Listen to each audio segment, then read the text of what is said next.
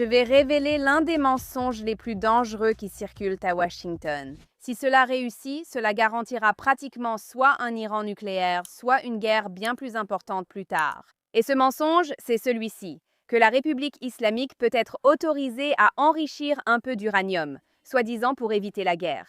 C'est un mythe, et il est servi aux politiciens américains par les lobbyistes et les alliés du régime islamique en Iran lui-même. Maintenant, cette semaine, les informations de cette émission montrent que l'administration Trump pourrait envisager d'autoriser une quantité symbolique d'enrichissement en Iran en échange d'une capitulation sur d'autres questions.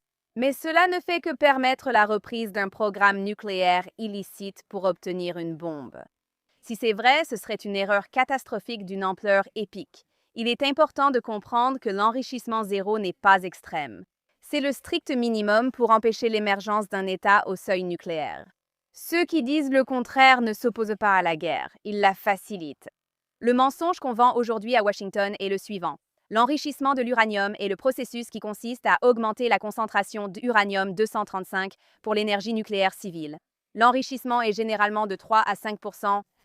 Maintenant, l'uranium de qualité militaire, c'est autour de 90%. Actuellement, la République islamique a enrichi à des niveaux bien supérieurs aux besoins civils, jusqu'à 60%. À ce niveau, vous êtes à 90% du chemin vers de l'uranium de qualité militaire. Et ce saut de 60 à 90 est court, tant sur le plan technique que temporel. Si l'Iran conserve sa capacité d'enrichissement, il conserve sa capacité de percée nucléaire. Donc, quand quelqu'un dit « laissez-les enrichir, mais à de faibles niveaux », ce qu'il dit vraiment, c'est « laissez-les maintenir l'infrastructure nécessaire pour devenir nucléaires quand ils le décideront ». Et ce n'est pas la paix, c'est une confrontation retardée, et cela n'évite absolument pas la guerre.